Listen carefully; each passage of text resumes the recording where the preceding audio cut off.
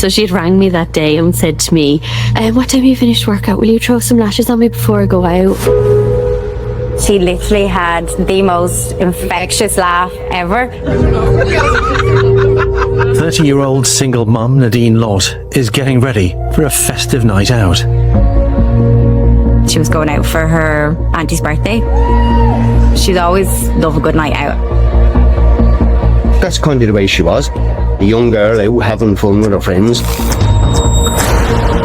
I knew that he had sent just a text. Where are you? What are you doing?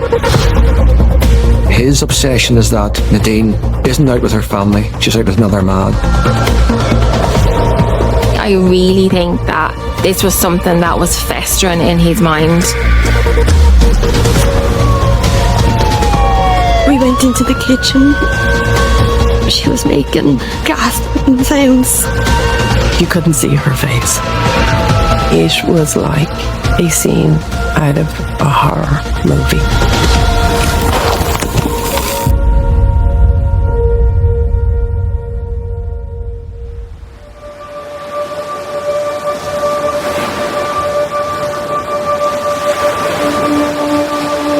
Nadine lives in the small Irish seaside town of Arlo with her young daughter. She was a single mom. She had her own apartment. She was doing really, really well.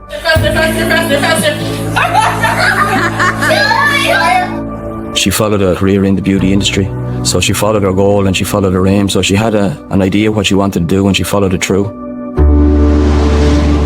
Going to work for Nadine was not a job. She loved what she did. She loved her colleagues.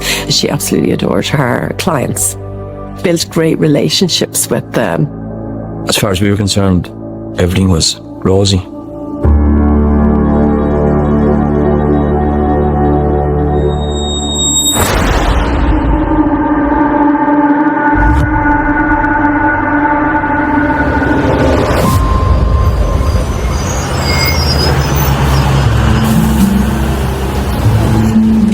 Nadine plans a relaxing day with friends and family in the lead up to Christmas.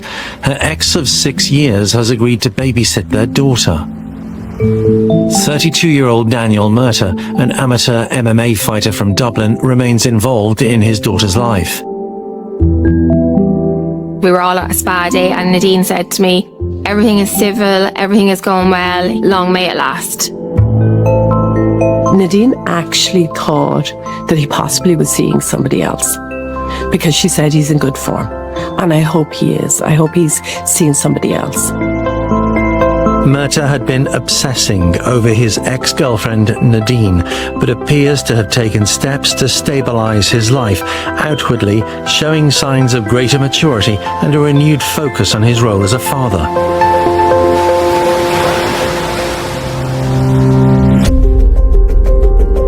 Every weekend for him was training hard during the week, and engaging in the odd mixed martial art fight.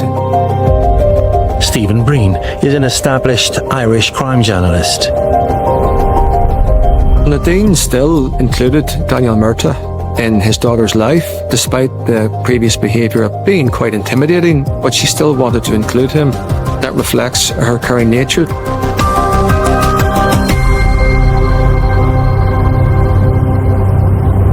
Nadine has invited Daniel to come and watch their daughter in her school nativity.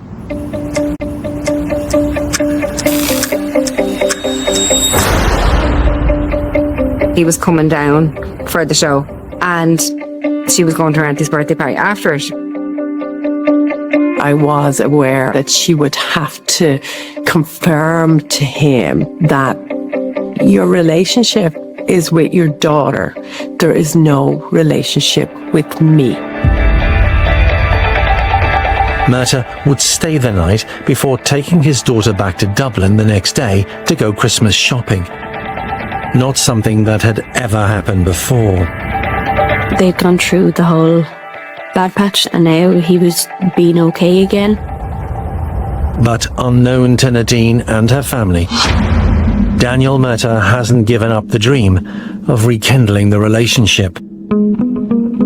You have to think of Myrta's mindset, what was going through his head when he was coming down to Arlo to attend his daughter's nativity play. Again, you go back to his ego, you go back to his sense of delusion where he's been invited down to Arlo. Is this an opportunity for him to reconnect with Nadine? Is this an opportunity for him to start their relationship again? I think he was being nice because he had some sort of mad illusion that, him and Nadine were going to give it a go. There was no doubt in any of our minds that there was nothing going on there. We all met in her apartment, went to the show.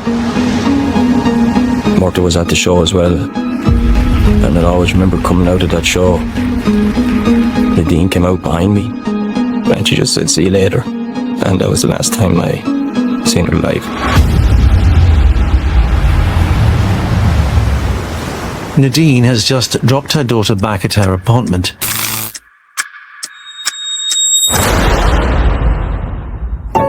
Daniel Myrta is to babysit at her home.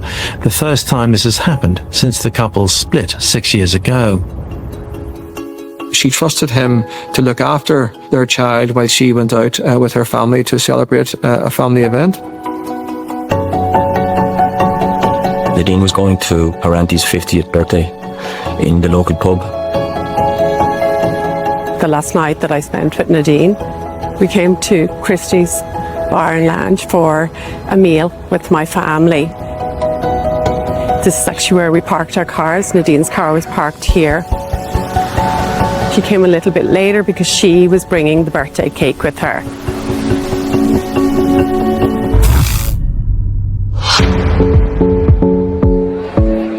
It's a very special occasion. They've been to the nativity play. They're going to a family birthday party.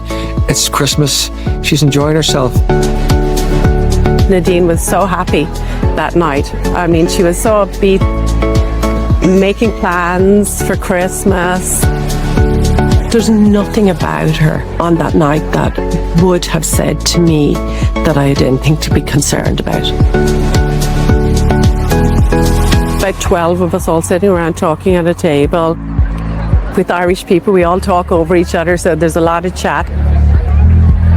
Nadine wasn't sitting right beside me. Nadine was sitting beside my father because she took on the role after my mother of supporting my father. He was saying she was his date for the night.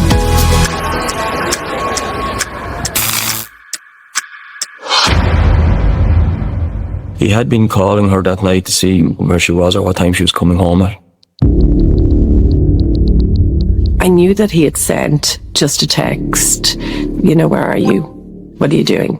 There was nothing made of that text. It wasn't his text, I got to go or anything. There's clearly an element of delusion there because his obsession is that Nadine isn't out with her family. She's out with another man.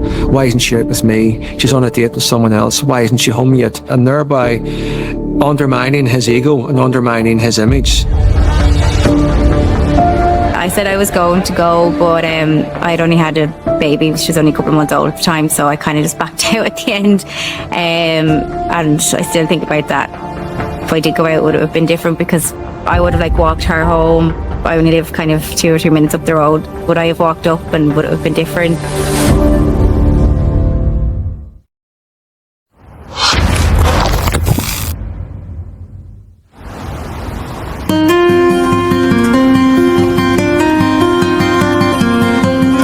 Arlo's a seaside town on the east coast of Ireland. It's a very vibrant community.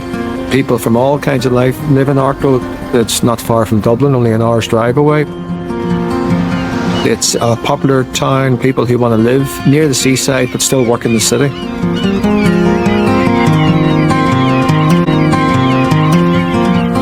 We go back generations. I was born here. My parents and grandparents on both sides are all Arlo, so our family are very integrated here.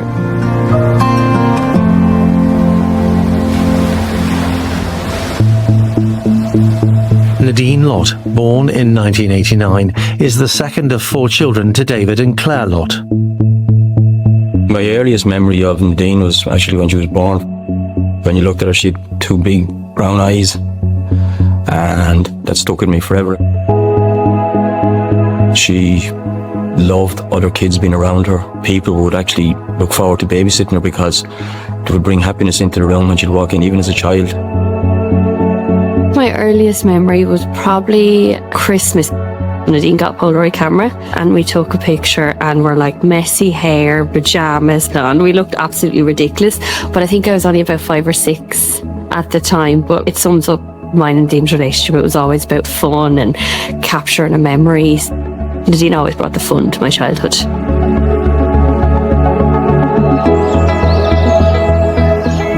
I remember Nadine as my baby, my fun, loving baby who, as she grew, became one of my best friends.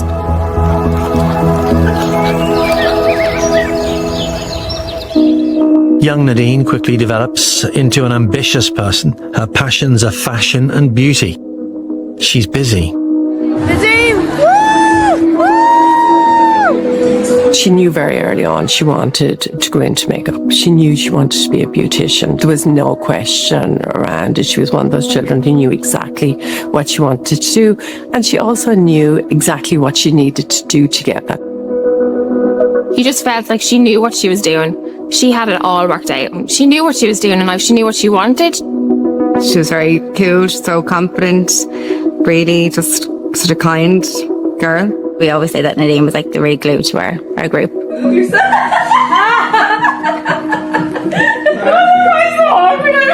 I was the total opposite to her. She was a social butterfly. She just brought that out in me. She was such a genuine person that you actually really believed in every word that she said, and you felt invincible with her.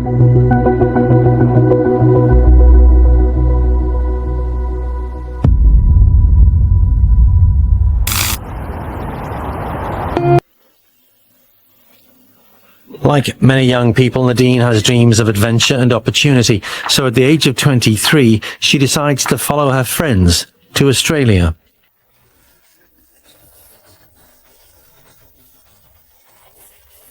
I remember like yesterday, the day she was leaving. She had worked extremely hard to get this money to go to Australia. She did it all herself. She didn't want support to do that. Like many of her friends, and indeed across many towns across Ireland, people went to Australia for a better life, for adventure, and just to experience something different.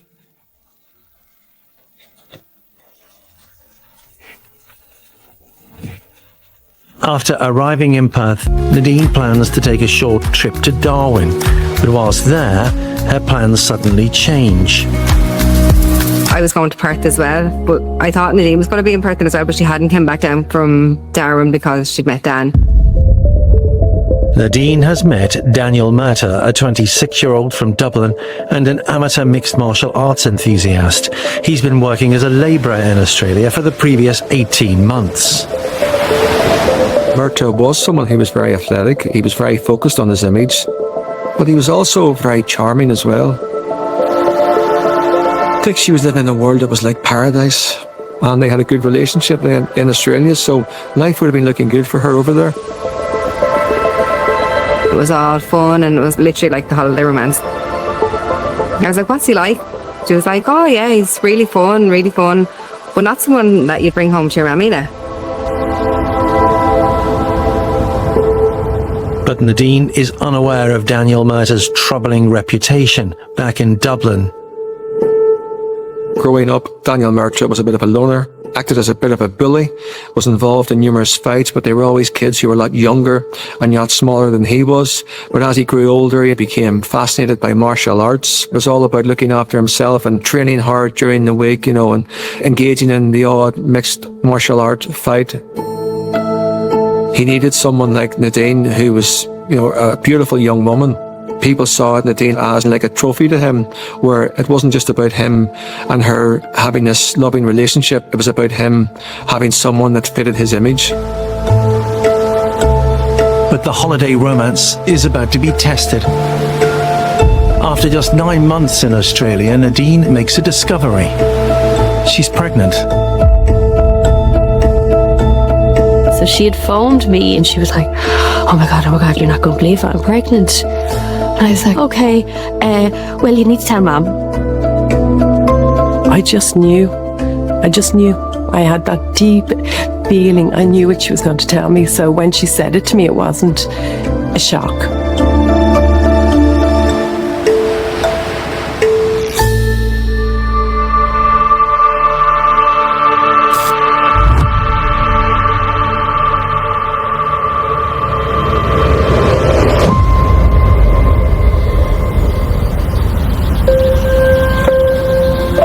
Nadine came home almost immediately after finding out that she was pregnant. All we wanted to do was get her home and give her a hug and say everything will be all right, and we loved her even more because she was pregnant. There was absolutely never a doubt. She wanted her baby. And that was it. However, instead of returning to Ireland with his pregnant girlfriend, Daniel Murtagh decides to stay behind in Australia. I think that showed his narcissism and how selfish he was, because even then his focus was on staying in Australia rather than returning to Ireland straight away. In November 2013, Nadine gives birth to a baby girl. She was so natural with it. She absolutely adored her. She loved that all the family made such a fuss and how much we all loved her. Took to motherhood like a duck to water. It was natural for her.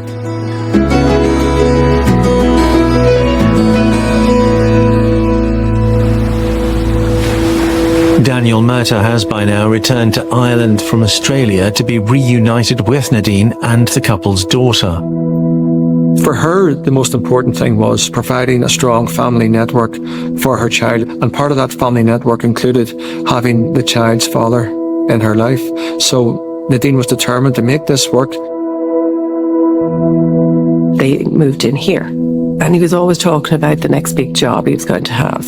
He always had the next business venture in mind, but none of it ever materialized.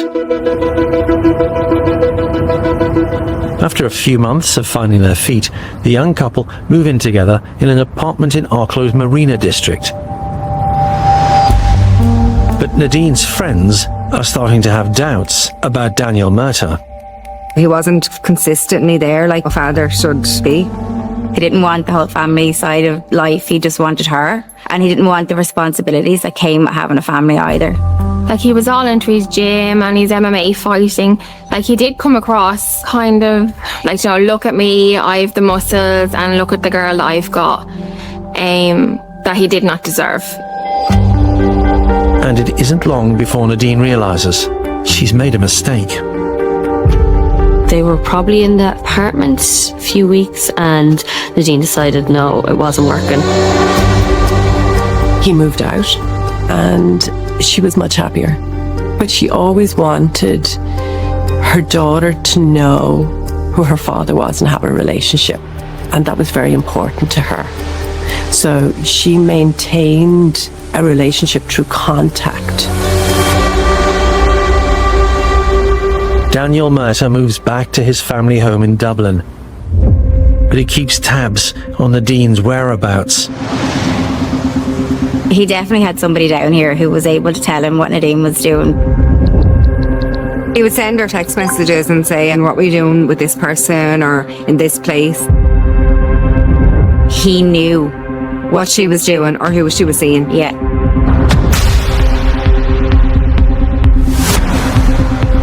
She was single. It was completely within her rights to do that if she wanted to. And the next morning she got abusive texts about who had she been out with. He had this delusion that perhaps one day they could get back together and be a family again. Murtagh was on the outside looking in. He could clearly see that she was going places. He could clearly see that she had a future, and he couldn't cope with that because of his ego, because everything about him was all focused on what he could get out of this relationship.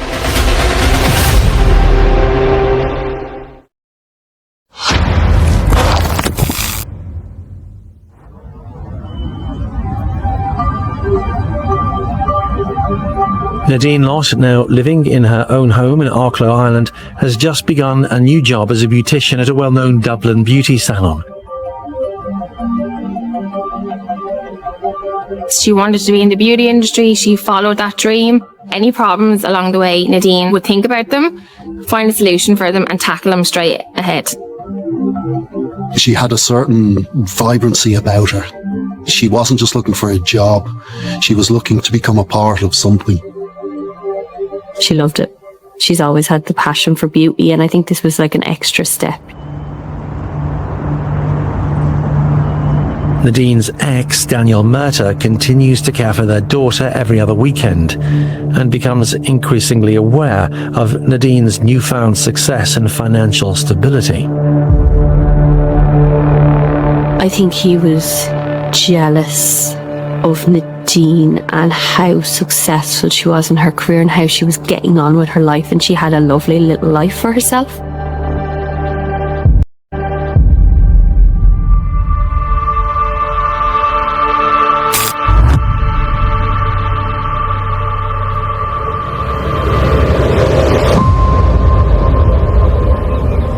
Nadine, raised in a close, loving family, dreams of the same for her own daughter. Since their child's birth, Daniel Murtagh has remained part of their lives, quietly holding on to the hope of one day reuniting with Nadine. Eventually, Murtagh suggests a fresh start. We always just thought that he just wanted to have Nadine for himself. She was gorgeous. I'd say he was kicking himself that he ever let her go. I think she always wanted a perfect family. So she always wanted her daughter to have a relationship with her father. 3 years after they first separated, Nadine decides to give the relationship with Daniel Murtagh another chance and begins looking for an appropriate house for the family to move into. As a best friend, you support them no matter what, and you stick by them even though you know you're going to be picking up the pieces again. He wasn't mature. He wasn't extremely bright, but there must be something there that would make him eventually want to be a dad to this absolutely amazing child. Having signed the contract to rent a family home, Nadine has high expectations for her family's future. Everything was done. They were due to move in on, I think it was the Monday.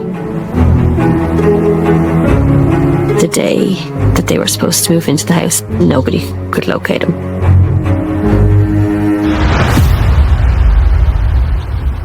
It was my 21st, so it was a big moment in my life, and I remember blowing out my candles and Nadine running, crying. And it was a couple of days later that she made contact with him, but he made it very clear that he didn't want this. He didn't want to move in together and to make that commitment. When it came to the crunch, he ran. She just tried over and over again for her family to make a go of it, but that was the last straw. She had told everyone about the excitement of her moving into this house with her daughter and, you know, getting this family unit, and she was embarrassed. She was absolutely done after that. She was quick to let him know that there was nothing ever going to happen ever again.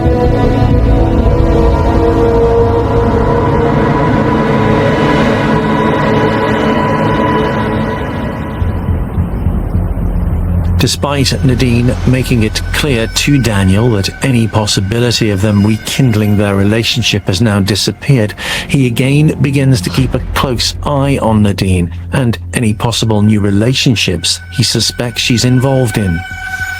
She was trying to make it clear that she did not want him and there was never going to be a relationship there again.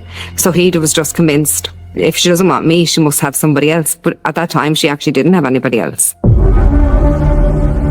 We could clearly see glimpses of his behaviour and his disdain for Nadine, and that included him sending text messages.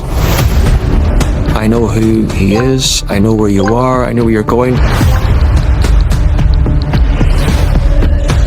She'd never give him, like, you know, that reaction that he's looking for. He'd be trying to get her riled up, and she was like, I'm not going to reply to that. She was always wouldn't so reply calm. and say, look at these messages, not replying. So she didn't know what way she could stop it from happening. She never thought about going further, reporting it or anything, because I don't think she thought there was any seriousness in it. Although there was no sign of any violence during their relationship when they were together, this was a precursor, perhaps, to what he did do eventually, and it showed his intent.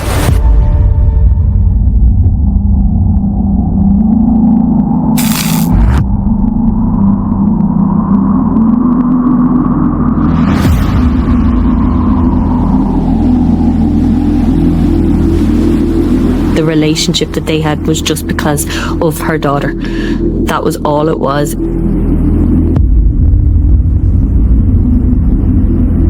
This showed her caring nature because he was the father of their child. She said to me, I remember, I couldn't give him an inkling that we would ever be a chance of us getting back together because we're finally co-parenting quite well now.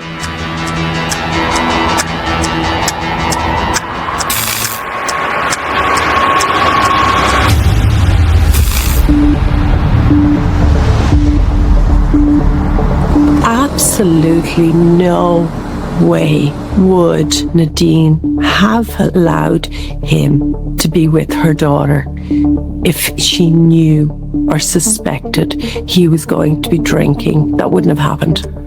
There would have been alternative plans made.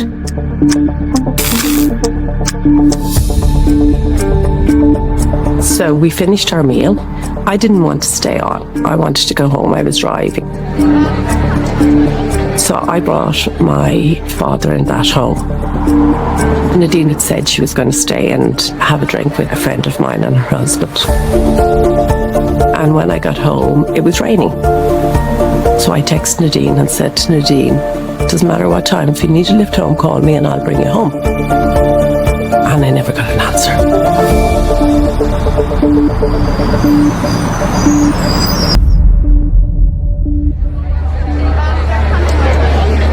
Nadine asked, could anyone phone a taxi? And I phoned a taxi.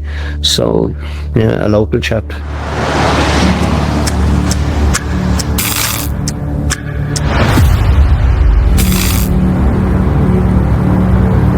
Nadine arrives home to the smell of cannabis and to Daniel Murtagh, who's been drinking heavily.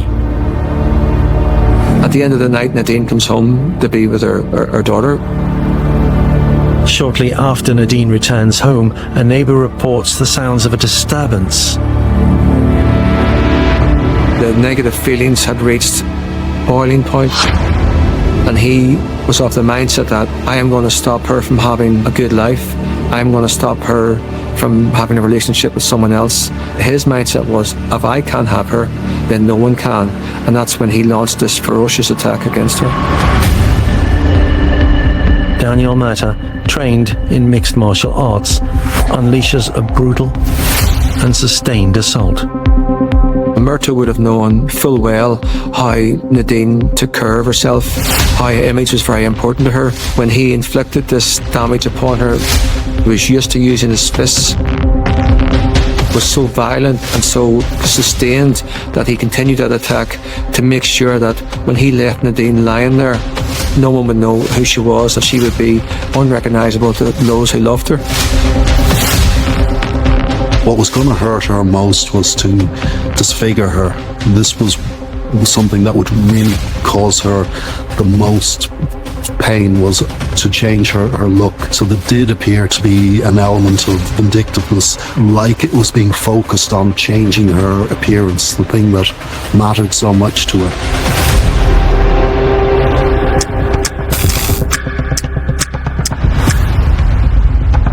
The neighbour, a former classmate of her younger sister Phoebe, is concerned enough to raise the alarm and contacts both the Gardaí and Nadine's family. She had basically rang saying that Dan had stabbed Nadine and we needed to come quick. I remember getting up, just darting down to Mum's room. We were asleep and Phoebe came running down the hall and said, Mommy, quick, get up, we have to go into Nadine's. remember us all jumping into the car, what seemed like a 2-second drive. That's when Murta then fled the scene and got into his car and tried to travel back to Dublin.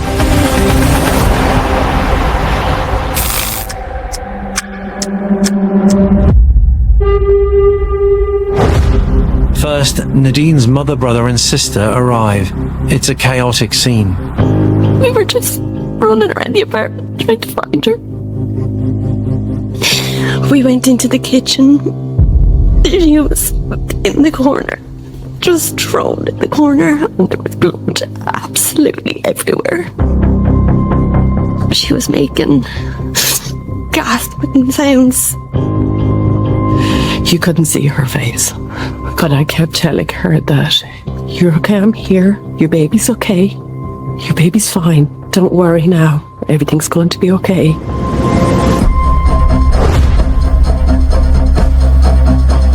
I remember my instinct to save my daughter kicking in.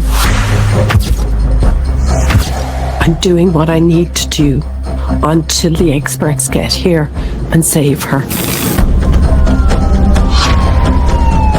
Nadine is taken to hospital by paramedics. 64 injuries to her body. He beat her to a pulp. There wasn't practically a bone anywhere in Nadine's body that wasn't broken.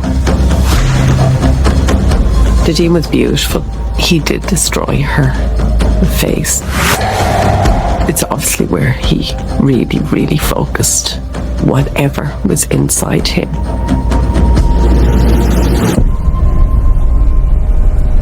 Murta, meanwhile, has fled, attempting to escape in his car over the Wicklow Mountains. So Murta's trying to flee the scene, trying to escape justice by leaving Arlo and heading back to his native Dublin. But he's going over the mountains, he's not going on the motorway. He's thinking that I can avoid any police checkpoints or any guarded checkpoints.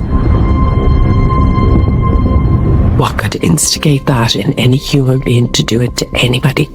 Never mind the mother of your child.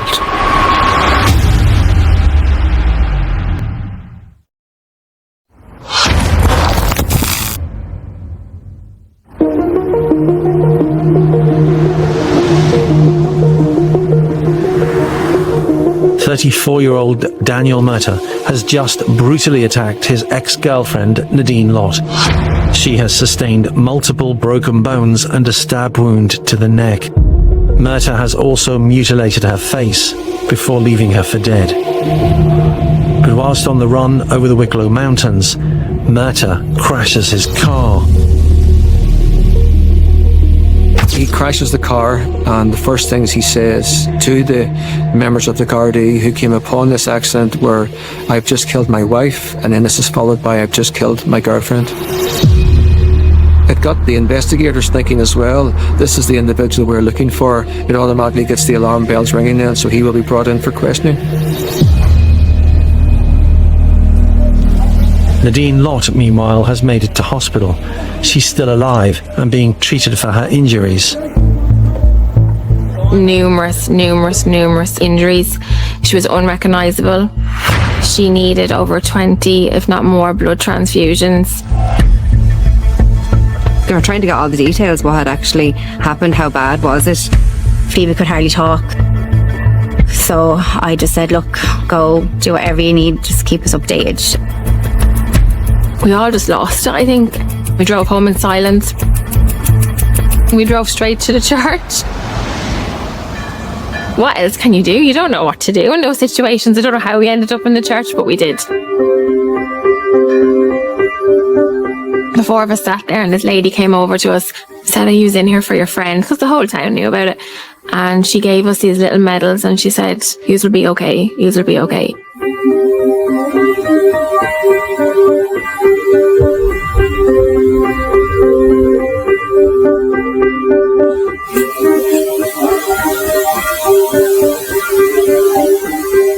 Nadine's friends organise a vigil, bringing the community together, lighting candles and praying for her survival. I was made aware that there was a vigil. And, you know, at the time you're just thinking, okay, all of this, it just has to work.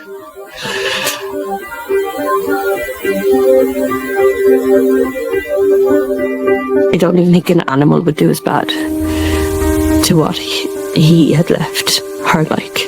It was absolutely horrific. Nothing could spark that. How he could do the damage that he did is just unfathomable. It's not human. A monster creature, I said, is just pure evil. They operated, but they just could not do anything to save her life. She was beaten so badly.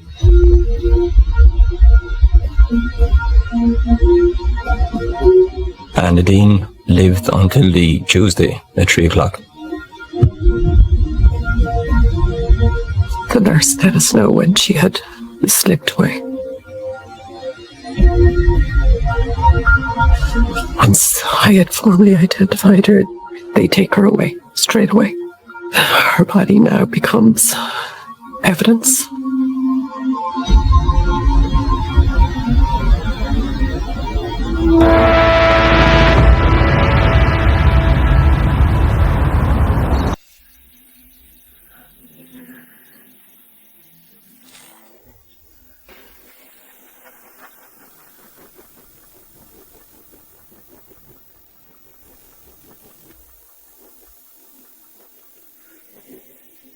It was a harrowing court case.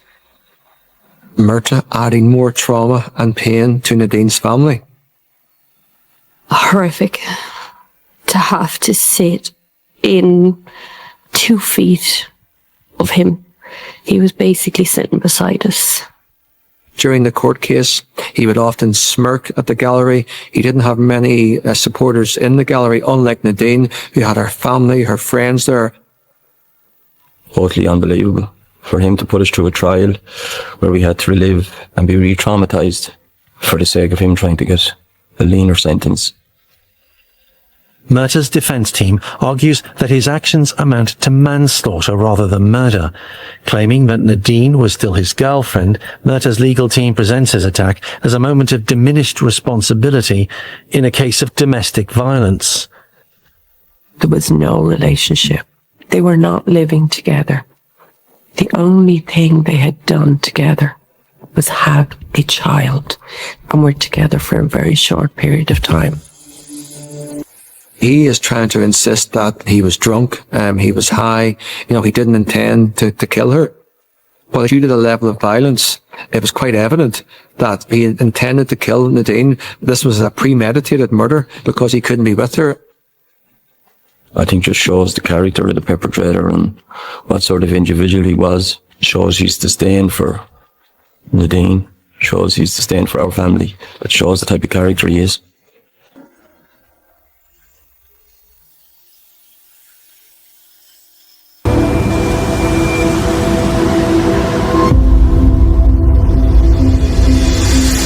At the Central Criminal Court in Dublin, Daniel Myrta is sentenced to prison.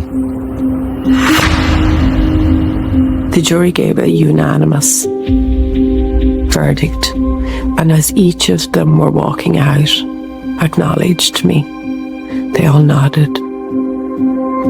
Nadine's family is now campaigning to change the law to increase the length of sentences in cases like this.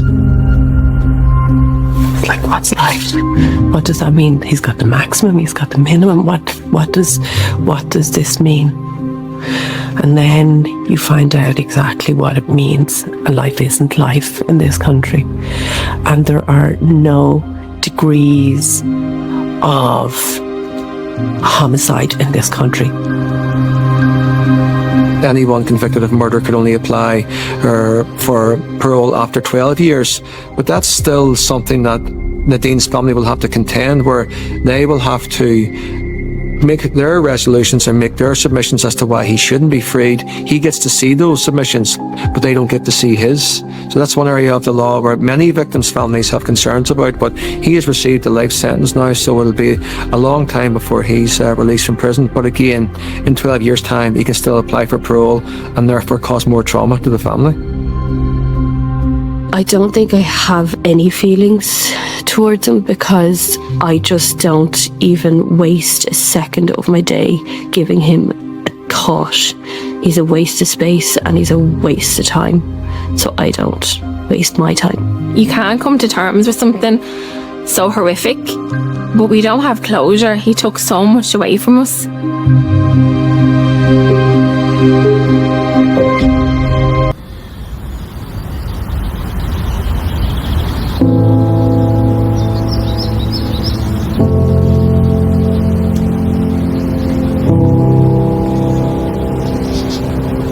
Turnout for Nadine's funeral was absolutely amazing. That was a great solace in itself, to see so many people there. The community was a great source of inspiration.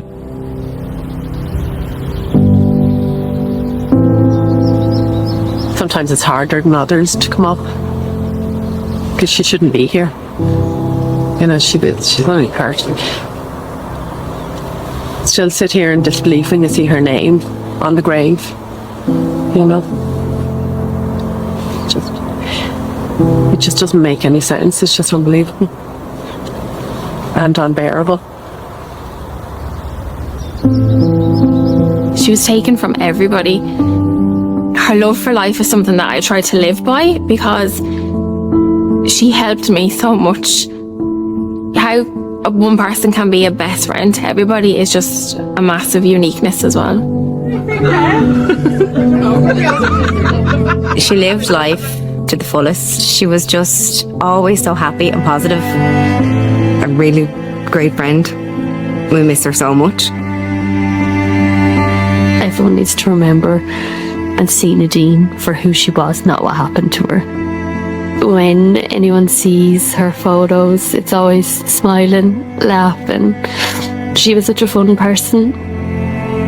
She's in every single conversation we have. She's part of our family, and that's it. We talk about her, what she would have thought, what she would have done, and I want her remembered for the caring, loving, beautiful person that she was. I'd like her to be remembered as a genuine, loving, caring, sensitive person. She was beautiful both inside and out.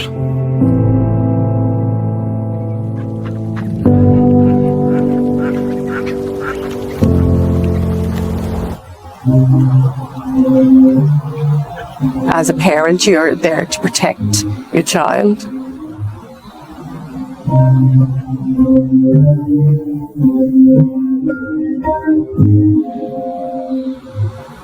I can hear my child's screamings. I can hear her cries.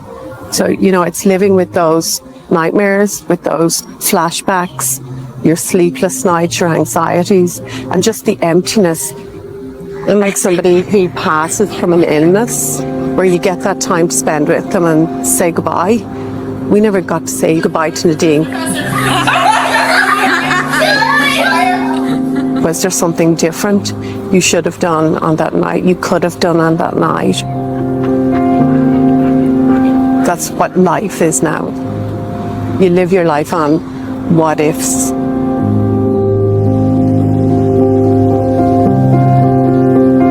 In 2021, Daniel Murtagh is finally imprisoned for his brutal attack in Arlo, in which he condemned Nadine Lott, a loving mother, daughter, sister and friend, to her last night out.